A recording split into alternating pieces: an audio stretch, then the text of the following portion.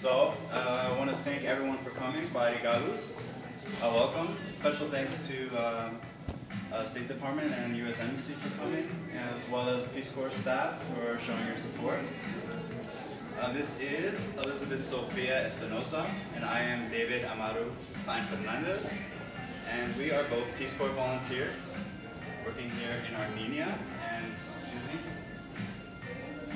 So, for those of you who don't know, 1992, the Armenian government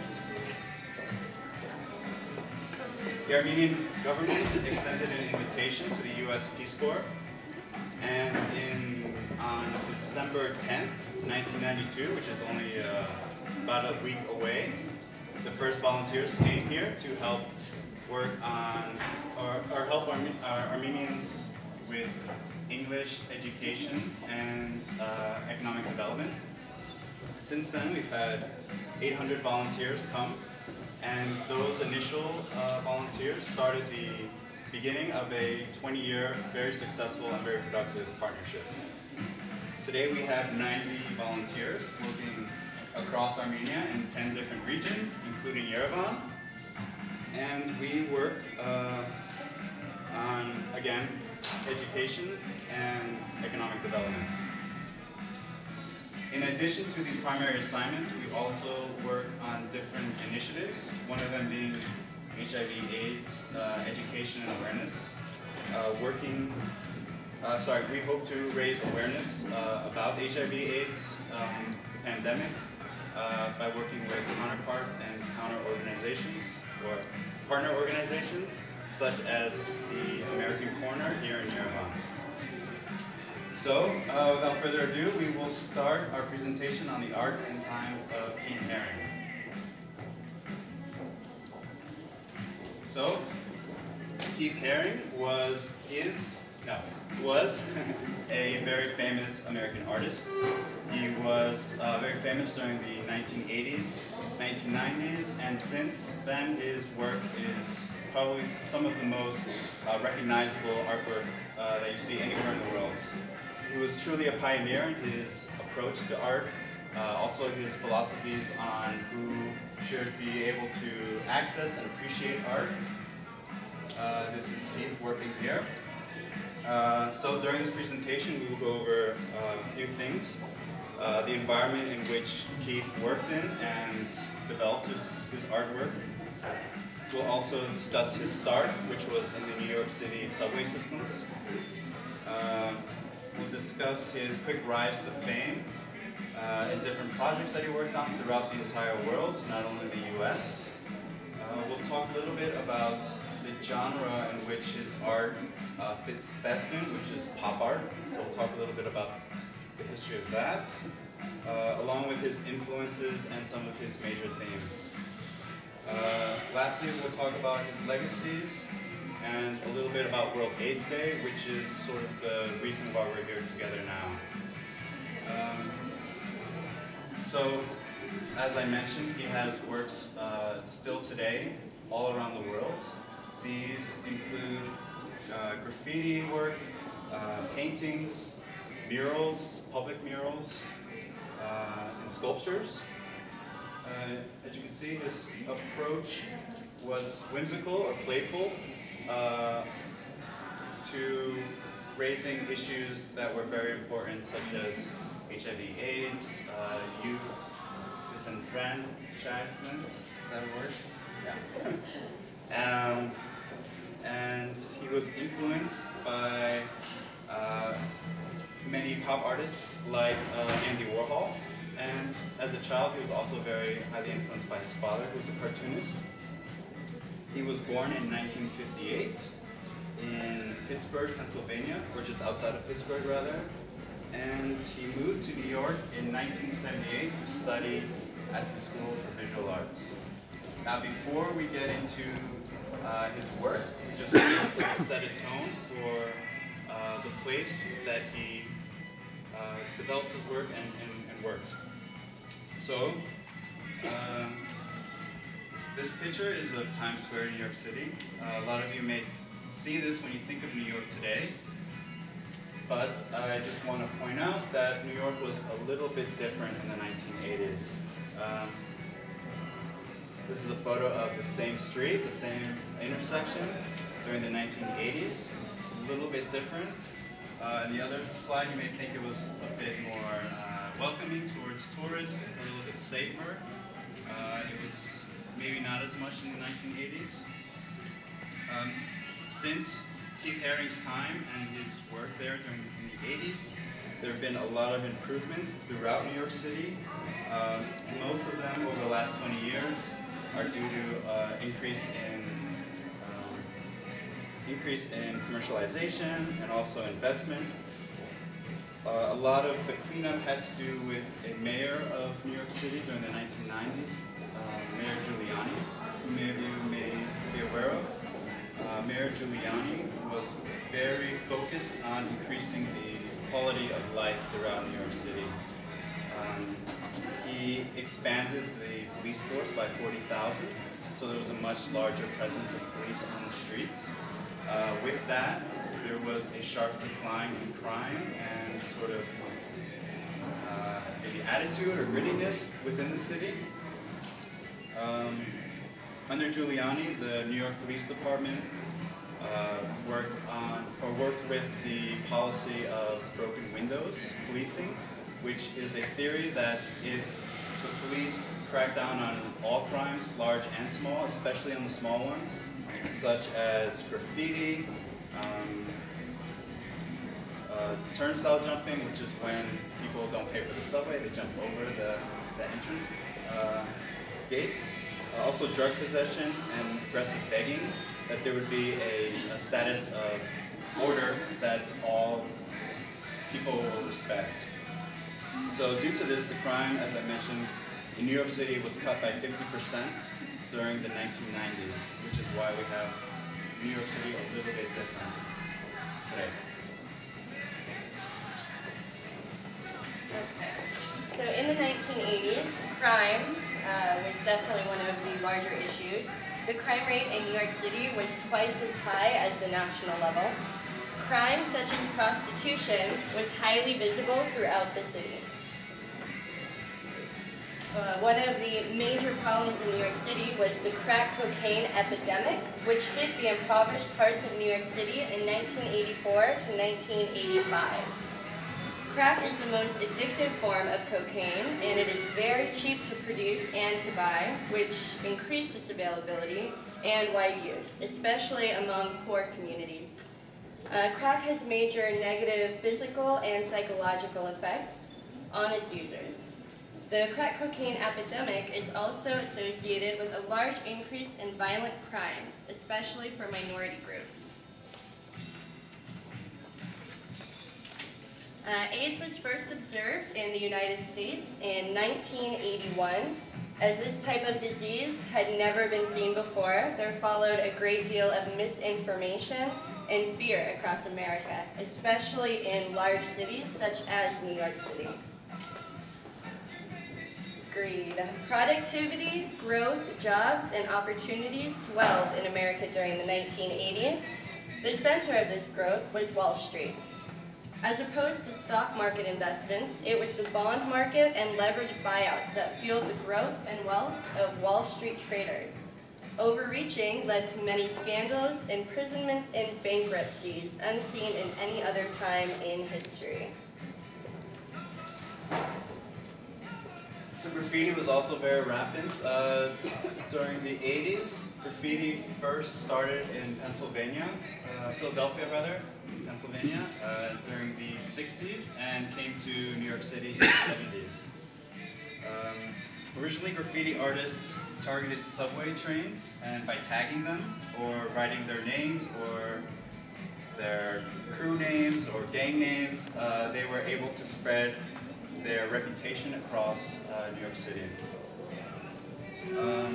Initially, only names and slogans, graffiti during the later 70s evolved into more artistic and cartoonish as opposed to just names and slogans. This here is a work by Freddie Fab 5, who is a graffiti artist from the Bronx. It's an important piece because it shows, or it's him showing to the art world, to the elite circles of New York City, that he, a Bronx resident, living in the Bronx, considered a criminal, was aware of art, the higher art, avant-garde art circles, and the movements that have been going on over the last 100 years. This was done in the Bronx, but this train would go through Manhattan. It's a homage to Andy Warhol's 32 Campbell's of canned soups. As you can see here, he has Campbell's soup cans, but he makes sort of secretive references to the avant-garde art scenes that were happening. Dada soup is actually in reference to Dada art, which was an avant-garde European movement which originated in World War I. Pop soup is in reference to pop art, and then this is just sort of his name. But it shows the appreciation of art, and it also marks the beginning of graffiti and street artists moving into galleries and museums, which is sort of how Keith Haring got his start.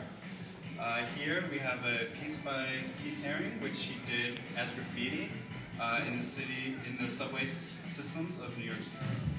And as you can see, it's done on a black board.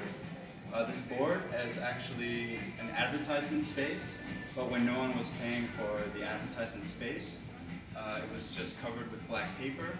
And one day, Keith Haring walked by one of these, got inspired.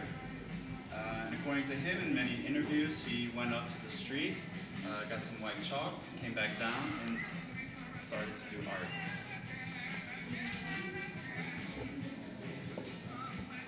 A lot of these sketches have different themes to them, but what I think is important to point out is that he never sketched these beforehand. They were all sort of spontaneously done. And don't want you to forget that it was illegal to do graffiti. It actually still is illegal to do graffiti. So this is actually a video of Keith in 1982 doing some graffiti and facing the consequences.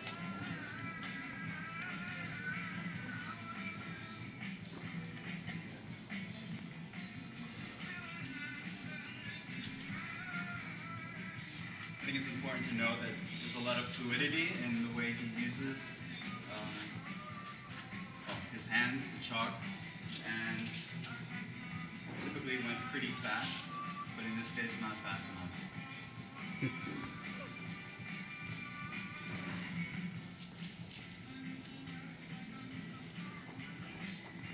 So an important question you may be thinking to yourself now is, why did Keith Haring do this? Why did he risk imprisonment for doing something as silly as doing a drawing in a place where there was nothing else? I think this is a good quote of his that sums it up well. It was a perfect place for people to see the work, because the subway in New York has hundreds of thousands of people that go past the drawings every day. In a museum, you can't ask for that. This also highly affected, or his work in the subways highly affected his outlook on the art world as well. By drawing these during rush hours or just regular hours, he would get a lot of people to come and stop him, talk to him, show their interest in his work, which really began to foster this idea that everyone in the general public appreciates art.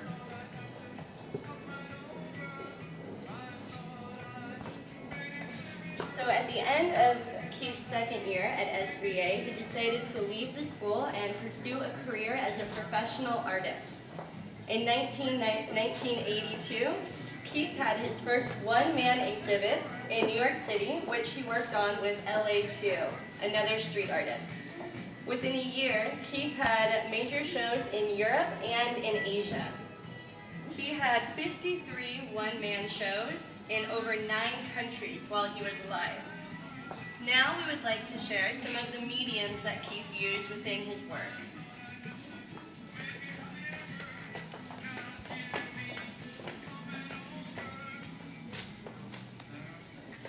So this is one of Keith's illustrations, his painting called Tree of Life, which he actually did acrylic on a tarp canvas in 1985. One of the things that Keith really appreciated and did in his art was being able to have art that was available to the general public, such as doing it in the subways, where people who maybe couldn't afford to go to museums or didn't have the ability to go were able to see it in the subways. He also did it with his tarp paintings, which he did a lot of times on the back of trucks. And in this way, his paintings were always moving and nomadic. So another type that Keith did was mural painting. And this is Keith's first large-scale mural on Houston and Bowery in New York City, done in 1982. And as we said, Keith went from subway graffiti to international murals. On the left, we have a mural that was done on the Berlin Wall in 1986. On the right, this is on the exterior of the Necker Children's Hospital in Paris, France in 1987. And on the left, we have Keith's sculpture titled Red Dog, painted on steel in 1987. In the middle, we have an untitled work with acrylic and marking pen on terracotta in 1990. On the right, we have his titled work, David, in Milano, 1984. And as you can see, this sculpture is paying homage to Michelangelo's masterpiece, David. And this photo was taken at a 2005 exhibition at Dietz Projects Gallery in New York, New York. And what's great about Keith's work is that he obviously has very different mediums he uses, but he also has many different sizes. As you can see, he has the large sculptures here, and he also has the small individual sculptures.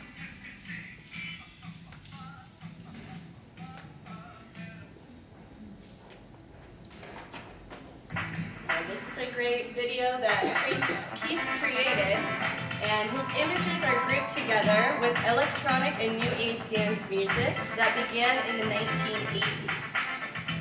This video celebrates the New York art as well as the music scene during this time.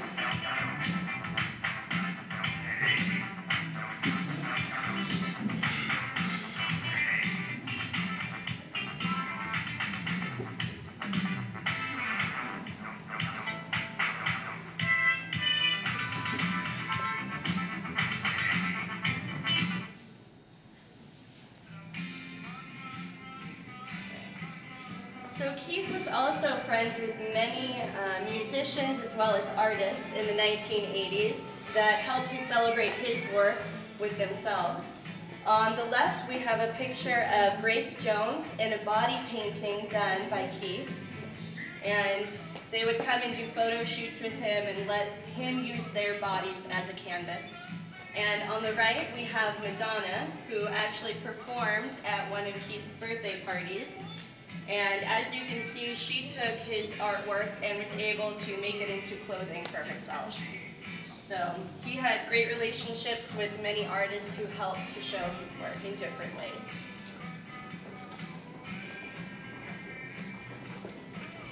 So as you can tell by what you've seen already, Keith is not what you would normally call a traditional artist.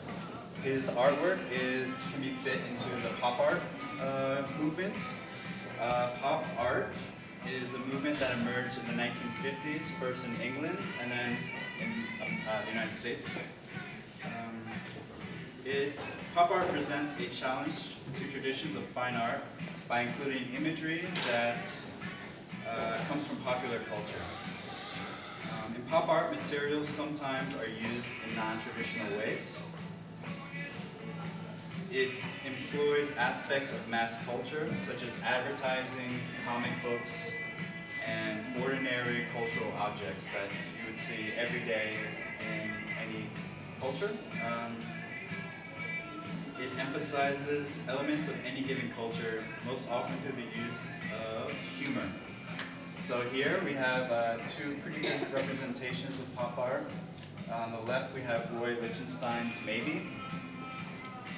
And on the right we have Andy Warhol, part of his 32 Campbell's soup can collection, which really brought a lot of attention and controversy to pop art. Now the connection with Andy Warhol with Keith started in 1982 when the two of them met at the Factory, which is Andy Warhol's famous art studio in New York City. But they later became good friends at one of Keith Haring's gallery openings rather. This is, on the left we have a picture which Keith did of Andy Warhol. We called him Andy Mouse. And you can see the elevated, from the way Andy is depicted here, elevated above the common people, that Andy Warhol was one of the heroes of Keith and his friends. In fact, Keith mentioned that Andy Warhol's work in New York City was the reason why he moved to New York. So the two of them had a great relationship, and which later forged into a mentorship. Now we'll talk about some of the themes, the common themes that that Keith worked on.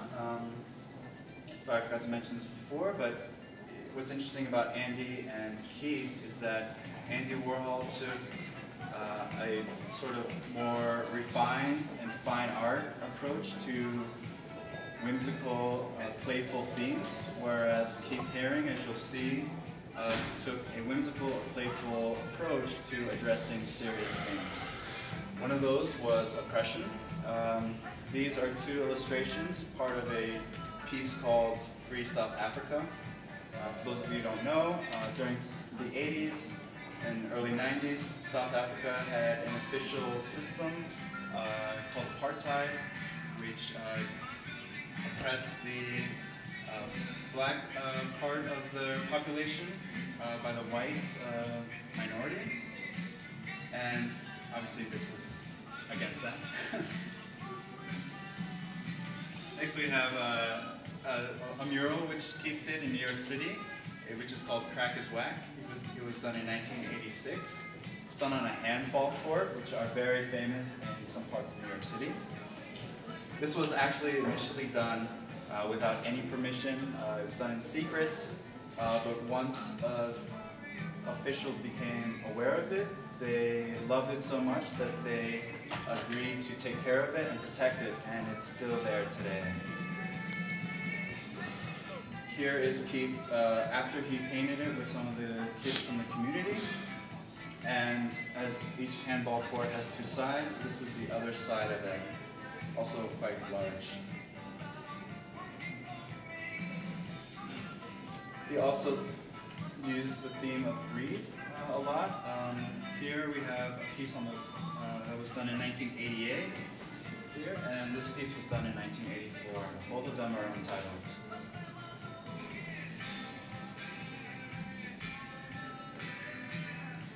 The theme of fertility and youth was also very common throughout Keith's career. On the left we have a piece called Birth, which was done back in 1986. It's just marker on paper. On the right we have the baby icon, which was one of Keith's signature pieces. In fact, it helped him get his career started when he was still doing graffiti in subways.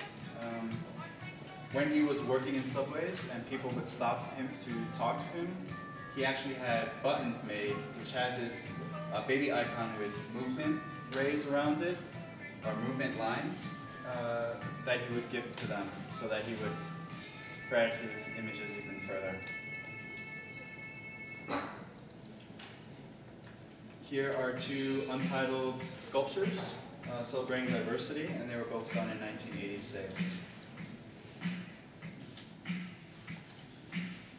And another important theme was public service and community youth development. Here is Keith in front of a 450-foot mural, which he did with 500 public school children or students in Chicago. He did this back in 1989. Keith was extremely passionate about spreading the appreciation of fine art to everyone, especially children. While working on this project, the mayor of Chicago, Richard Daley, announced it, or declared it Keith Haring Week, praising the artist for committing his life and work to the democratic ideals of social justice, equality, and compassion for his fellow man. Keith painted murals on dozens of churches, hospitals, and schools, and community centers. On the subject of doing paintings in children's hospitals, he said, "I think that there's a lot of things that art have to do a lot with healing. I think it's definitely helpful for children to be around art, especially when they're around it in a hospital, so they feel more comfortable about being there, but also just thinking positively about everything, which is a part of healing and feeling better." Lastly, a very important thing which ties in with tomorrow was HIV/AIDS. In 1988, Keith was diagnosed with AIDS. He died in 1990 of AIDS-related complications. And so, for the last few years of his life, he began to use imagery during the last years of his life to bring attention to HIV/AIDS. His goal was to fight ignorance about the issue and sort of break the silence or taboo that was associated with it. So on the left we have a piece called "Silence Equals Death." If you look closely, you can see that there are a lot of people sketched in there, covering their mouths, ears, and eyes, and sort of homage to the idea of see no evil, hear no evil, etc. And this is an unknown work that he did to raise attention.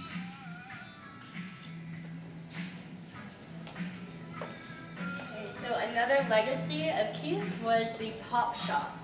And Keith says, "My work was starting to become more expensive and more popular within the art market.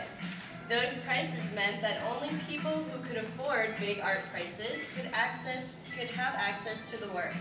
The pop shop makes it accessible." And another part of Keith's legacy was sharing his art with the world, and especially the general public, which we saw with his subway graffiti and the tart paintings on the canvases of vans and buses. And another way he did that was with the pop shop. The aim of the pop shop was to make prints of his art in various forms even more accessible. It was one of the first attempts of an artist to take on such a risky business plan. Yeah, and then just in addition to that, what's interesting, or an interesting anecdote is, towards the end of his time working in the subway systems, he became so popular that a lot of his drawings and sketches would be sold for, or bought for tens of thousands of dollars. So later on, when he would try and do sketches in New York City subways, within 20-30 minutes, someone would take it down and sell it for a very high price. So this is his way of outreaching that or beyond. And one of his other legacies is the Keith Haring Foundation. And the Keith Haring Foundation was founded by the artist himself in 1989. And it supports nonprofits who, one, provide educational opportunities to underprivileged children, and two, engage in education, prevention, and care with respect to HIV and AIDS.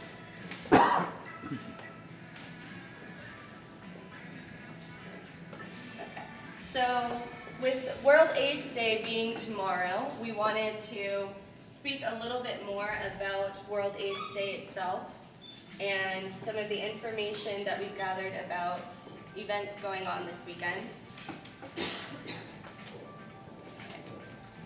So HIV/AIDS is a disease of the human immune system caused by the HIV virus. AIDS is caused by the HIV virus.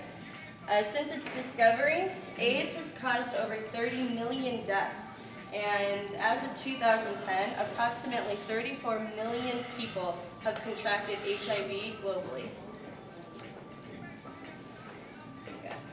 So World AIDS Day is observed on December 1st every year, and it is dedicated to raising awareness of the AIDS pandemic caused by the spread of the HIV infection. The first observance of World AIDS Day was on December 1st of 1988. It is now the longest running disease awareness and prevention initiative of its kind in the history of public health. And this year, for 2013, the theme is Getting to Zero. Every year, World AIDS Day has a different theme.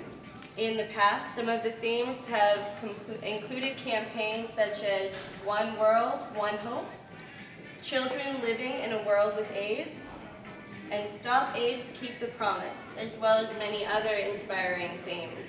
And with the year 2013 almost upon us, we have Getting to Zero, which means zero new HIV infections, zero discrimination, and zero AIDS-related deaths. The campaign runs until 2015. So with the World AIDS Day being tomorrow, we have the SMS information. And we urge you all to acquaint yourself with HIV/AIDS, the issues, and also raise awareness. This is just a very successful project that Peace Corps and the Armenian Red Cross, partnered with Orange and Vivacell, have put together. It's in its second year, if I'm correct. It is a free SMS service that Orange and Vivacell both provide. For anyone who has any questions regarding HIV, AIDS, and health, there's this number that if they send a text to with a question, they will get an answer within the next 24 hours from a qualified Armenian Red Cross volunteer. We'd also like to quickly just invite you to a few other events that are occurring tomorrow. At 2 p.m.,